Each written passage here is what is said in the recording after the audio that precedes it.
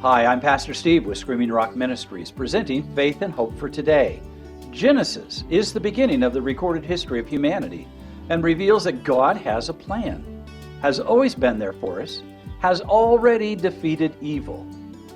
Will you join us for a thought-provoking journey to the solutions of life's complexities? Sometimes it's hard for me to remember you running. Pace of life just gets so out of hand. I try my best, but it's just never good enough. I'm reminded of how much I need to know. You are for me, you're not against me. You are with me, I'm not alone. Through all the darkest times and brightest days, I know some things will always stay the same. I'm not alone. Well, welcome back. We are really glad to be with you again. And we have another fascinating conversation from the book of Genesis, chapter 18. Not too many people on this earth had an opportunity to jump in and do negotiations with the Lord. Abraham happens to be one of those extraordinary people. We're going to look at that negotiation, and I really hope you enjoy the conversation that Abraham has with the Lord. So again, thank you for just being here. And I want to take you to our photo shoot today. These are the Bear Mountains there in Montana. First snow that just came down there in October. Lovely fall day. And what's amazing to me is those hills are still covered with rich green grass. And this is cattle country, bear country. This is a beautiful place. I hope you enjoy it. Thank you, Sherry, for what you bring us. And if you ever get a chance to go into that part of the country, it is well worth the time. And by the way, that's a sizable river flowing through there. Just lovely. I could have just stayed for a month. Well, let's jump into our study, our conversation. Faith and Hope for Today presents Genesis, the beginning, may I say the beginning of everything. We're going to be looking at Abraham's negotiation. How do I say this? I don't know that I would ever want to have a negotiation with God, because I think God kind of has an idea of what the outcome would be already. But I have to admire Abraham's concern about the justice of God. And I think when we go through this study, you're going to see what the justice of God actually looks like. More than that, this is a story, an important story about judgment. When the judgment of the earth comes and the Lord returns, the question posed is it fair? What about all those people that don't get to go to heaven or don't want to go to heaven? Is just judgment fair? Well, I think Genesis chapter 18 is a major portion of the story that begins to answer that question. So, it's a personal journey for Abraham. So here's Genesis 18, verse 1. Now the Lord appeared to him by the oaks of Mamre, while he was sitting at the tent door in the heat of the day. So this is one of those really hot days. He's relaxed, he's sitting in the shade, lovely breeze probably coming through, so it's quite comfortable.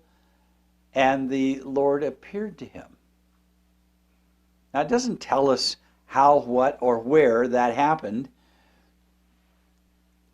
In verse 2 it says, when he lifted up his eyes and looked, behold, 3 men were standing opposite of him. So maybe he had dozed off. He opened his eyes. He suddenly is looking at 3 adult men. Sudden appearance. Were his eyes closed? Possibly. It says, and when he saw them, he ran from the tent door to meet them and bowed himself to the earth. And I'm going to tell you this again. It's so interesting. I'm sure that many of you have seen pictures or in documentaries or films that when you see some religions from the Middle East, you see them on their knees with their head on the ground or on their rug, their prayer rug. What I want you to know is that that doesn't happen to be a Muslim thing. That happens to be a Middle Eastern thing that pre-existed the Muslim religion. And how do I know that? Because this is the second time just in Abraham in two presentations in which he bows himself down and places his forehead on the earth, which was the appropriate position for worshiping and communing with God. So, this is where we see Abraham right now. 3 men in front of him. He is on his knees, forehead to the earth. A great beginning. Humility. So, in verse 3, Abraham said, "My Lord," excuse me, "My Lord, if now I have found favor in your sight, please do not pass by your servant." So, listen carefully to the language and the attitude and the action of Abraham. Pay careful attention now. Verse 4, "Please, let a little water be brought, and wash your feet, and rest yourselves under the tree. I will bring a piece of bread, that you may refresh yourselves.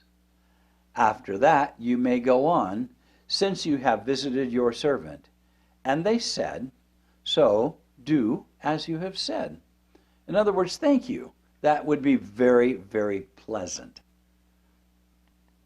So Abraham hurried into the tent to Sarah and said quickly, now listen carefully, "Prepare 3 measures of flour, fine flour, knead it, and make bread cakes." So you can see that this is the beginning of a meal. In verse 7, Abraham also ran to the herd, took a tender and choice calf, and gave it to the servant, and he hurried to prepare it. Now, that means there's going to be essentially that calf butchered and barbecued. And it's going to happen suddenly. So understand that this meal is going to be a comfortable Middle Eastern event.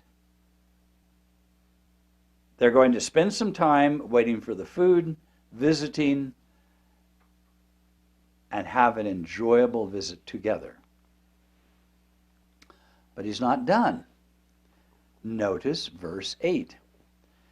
He took curds and milk and the calf which he had prepared. So this is 45 minutes to an hour later, maybe. And he placed it before them. And he was standing by them under the tree as they ate. He is not sitting there eating with them. He is just standing by as if he is, may I say, a servant to the Lord. I find that to be an interesting position. I don't know about you. When you have guests, do you prepare food and sit down and eat it with them? In this case, Abraham is on his feet, ready to meet any need that they could possibly have. Then they said to him, "Hey, Abraham, where's Sarah, your wife?" And he goes, or says, "There, in the tent." He said, "I will surely return to you at this time next year, and behold, Sarah, your wife, will have a son." And Sarah was listening at the tent door, which was behind him. So now you kind of get the layout just a little bit. Sarah is curious. She's right there where she can listen through these tent, and that, by the way, is one of these beautiful tents that spread out, quite spacious inside. And she's there listening, paying careful attention, wanting to know what the conversation is. Verse 11, now Abraham and Sarah were old, advanced in age. Sarah was past childbearing, which means she most likely by now had gone through menopause.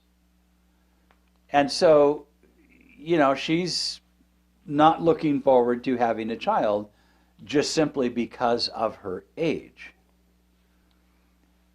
Sarah laughed to herself, saying, after I have become old, shall I have pleasure, my Lord being old also? I'll let you read into that what you want, but she's chuckling. She's finding this kind of somewhat silly, if I am reading it correctly. At their age, having a child just doesn't seem humanly possible, does it? And the Lord said to Abraham, why did Sarah laugh, saying, shall I indeed bear a child when I am so old? Now, if you were wondering if really Abraham was right about this being the Lord, these three men, think of the Trinity in a very unique way, if you would. Maybe the Lord and angel messengers.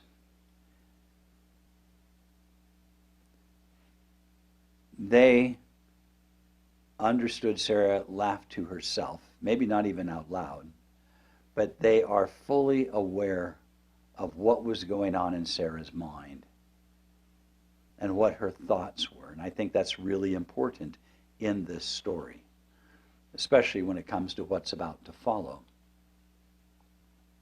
Sarah denied it, however, saying, I did not laugh, for she was afraid. And he said, no, but you did laugh.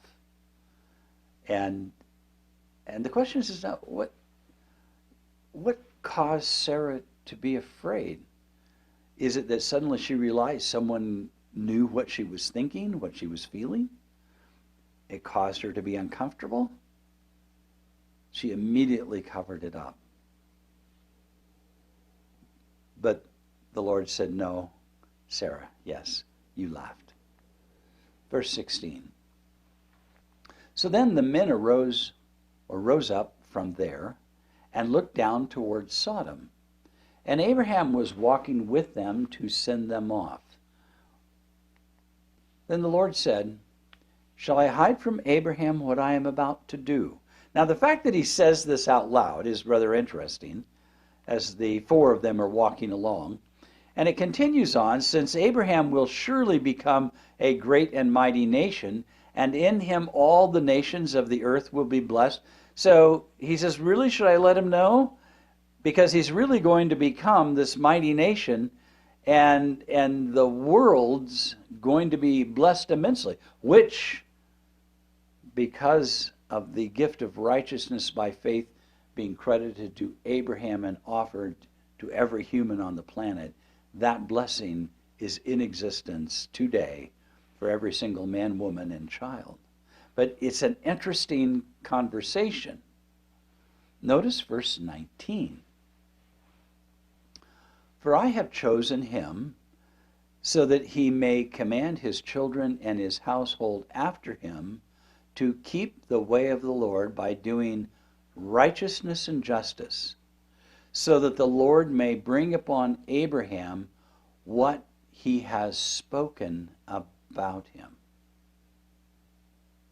I just think about that statement. So that he may command his children, his household, by keeping the way of the Lord by doing righteousness. That word righteousness is very simple, by doing what is right and doing what is just. We do not understand justice today. I'm not even sure we understand doing righteousness today. I think, generally speaking, those two things are extraordinarily rare even in our own culture, in our own time. It's actually almost as if it's more popular to do unrighteousness and to be unjust. At least that's what it appears to me today, because there just doesn't seem to be a lot of concern about doing the right thing. So in verse 20, the Lord said, and I find this a very interesting statement, the outcry of Sodom and Gomorrah is indeed great, and their sin is exceedingly grave. Now I'm going to speculate here for just a moment. So the outcry of Sodom, who would be crying out in Sodom? Who would be crying out in Gomorrah? Because it is a city filled with sin and lust. So who would be making the cry? Well, I'm going to draw my own conclusion and say that outcry is because where that is running wild and it's completely immoral, that means the innocent are suffering. And they are crying out, and God is responding. In fact, he goes on to say, and their sin is exceedingly grave. That would be the abuse and the pain that they are causing in the midst of their lust. And I think that's evident in the story. You can read that for yourself. People are injured and being hurt. And that cry reaches clear unto heaven. Now, I'm going to tell you, I don't think that has changed. I think as we move closer to the final judgment, that the unrighteousness and injustice running amok, as my daughter would say, in the world we live in today, that cry is reaching unto heaven, and that is exactly what will bring about the final judgment on the earth. So we're looking at Sodom and Gomorrah as a miniature forerunner of the coming judgment here. In other words, I'll say this another way. God is fully aware of the suffering and the unrighteousness and the injustice towards the innocent. And their cry reaches him. And it causes him to act because God's merciful and gracious and compassionate and just. And that is the message in this story. I'm telling you, the gospel is loud and clear in the book of Genesis. And it's available for any one of us to sit down and read the story and just get this little snapshot of God, thousands of centuries ago. He is the same God then as he is today. Verse 21, he says, I will go down now and see if they have done entirely according to its outcry, which has come to me, and if not, I will know. I just can't help but read this and actually say to you boldly, God is going to check things out before the final judgment. He's going to come and walk on the face of this earth. He will see what humanity is done or has done or is doing to itself. Because God does not change. He says, I will know. It's not that he doesn't already know, but to be a just God, he is going to walk personally and do the investigation. I find that to be profound. So in verse 22, the men turned away from there and went towards Sodom, while Abraham was still standing before the Lord. In other words, he's not going to move yet. His wheels are turning. He's processing this. He realizes that they are on the verge of a cataclysmic event. Pay attention now. Abraham came near to the Lord and said, will you indeed sweep away the righteous with the wicked? Now, I I don't know of anyone who hasn't really asked themselves this question. If you think about or you believe in a final judgment, are the innocent wiped away with the wicked? Is God really a just God? That's the question here. Will you indeed sweep away the righteous with the wicked? Now, the negotiation. I promised you.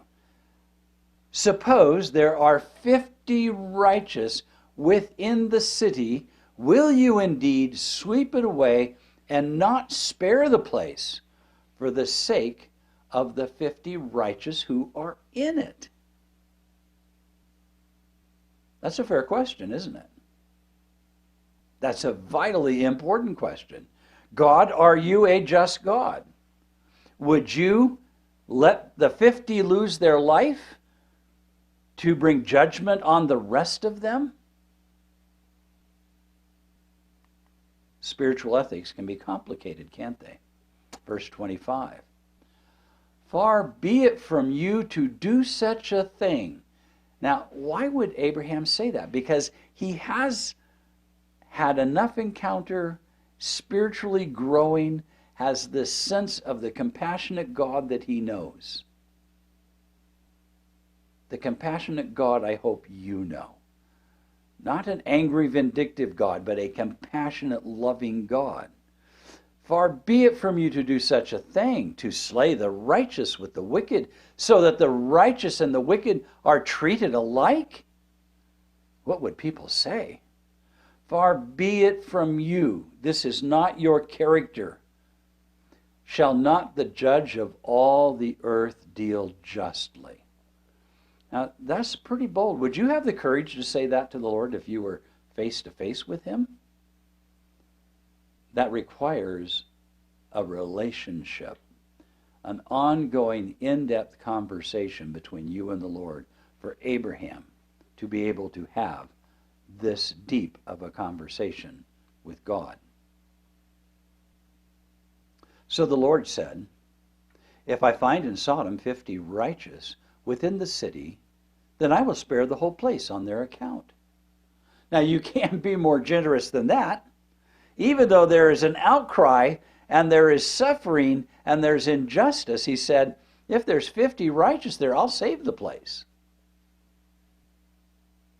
Now the question is, will that satisfy Abraham? Is Abraham ready to go home now and tell Sarah, you know, we have an amazing God. He's going to save that city if he can find 50 people who are willing to do what is right every day. Verse 27. Abraham replied, now, behold, I have ventured to speak to the Lord, although I am but dust and ashes. That's a very humble statement, isn't it? Verse 28, do not miss this. Suppose the 50 righteous are lacking 5. Will you destroy the whole city because of 5? And he said, I will not destroy it if I find 45 there. This is an intense negotiation, isn't it? What is Abraham's point? He really is pushing this issue. And he is not done. In verse 29 he says, he spoke to him yet again and said, suppose 40 are found there. And the Lord said, I will not do it on account of the 40. Now, wouldn't you think Abraham's ready to say, well, thank you. You are the God I know you are. You are compassionate, caring, filled with mercy and love, forgiving multitudes. And he's ready to go in and tell Sarah what an amazing Lord he worships. Well, hang on. Verse 30. Then he said, oh, may the Lord not be angry, and I shall speak. In other words, you can't stop him from saying this. Suppose 30 are found there. And the Lord said, I will not do it if I find 30 there. Would you stop here? Is 30 adequate? Pay careful attention. And he said, now behold, I venture to speak to the Lord. Suppose 20 are found there, he said. And the Lord said, I will not destroy it on account of the 20. Are you getting this picture of the justice of God? Are you beginning to understand why the Lord is so patient, bringing the final judgment on the entire earth? I mean, this is a profound and significant negotiation. Then he said, oh, may the Lord not be angry, and I shall speak only this once. Suppose 10 are found there. Now, if you're going to go down and buy a car, I think you'd like to take Abraham with you. But notice what the Lord said. I will not destroy that city on account of the 10. Do you understand that answer, how important it is to you and to me? Is God a God of compassion? Is he truly a God of justice? Is he a God forgiving multitudes, filled with compassion? Verse 33, as soon as he had finished speaking to Abraham, the Lord departed, and Abraham returned to his place. They had this conversation as they were walking across the field, headed towards Sodom.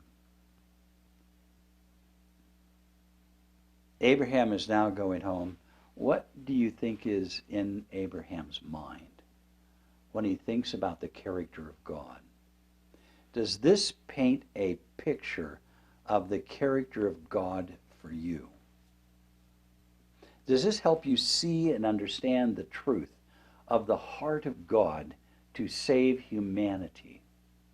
Some people have a view of an angry God, a vindictive God, a militant God waiting to squish us. But not Abraham. He went home in full, absolute assurance that God was just, that God was compassionate. My prayer would be that that's your picture of God today. That you and Abraham are on the same page. Not only do you live by faith alone as Abraham did, but you live in the presence of a loving God.